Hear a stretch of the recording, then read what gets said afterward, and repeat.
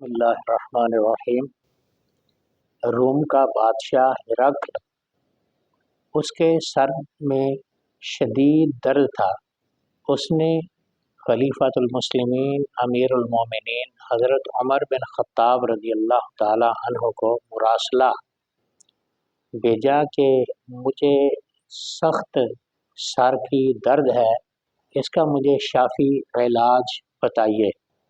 تو حضرت عمر بن خطاب رضی اللہ تعالی عنہ نے ایک ٹوپی بھیجی، فرمایا اس کو پہن لے تجھے شفا ہوگی۔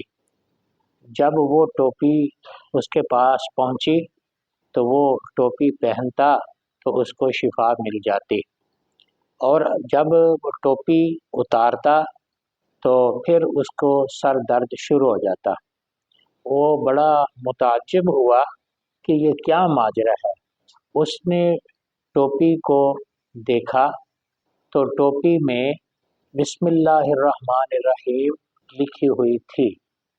اس کی برکت سے وہ شفا پاتا، اور جب یہ برکت نہ رہتی تو اس کا سر دوبارہ درد ہونا شروع ہو جاتا۔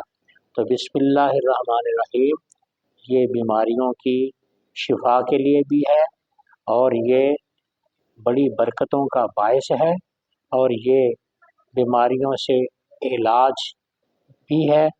تو مسلمانوں کو بیماری میں، سکھ میں، دکھ میں بسم اللہ الرحمن الرحیم کا ورد زبان پہ جاری رکھنا چاہیے۔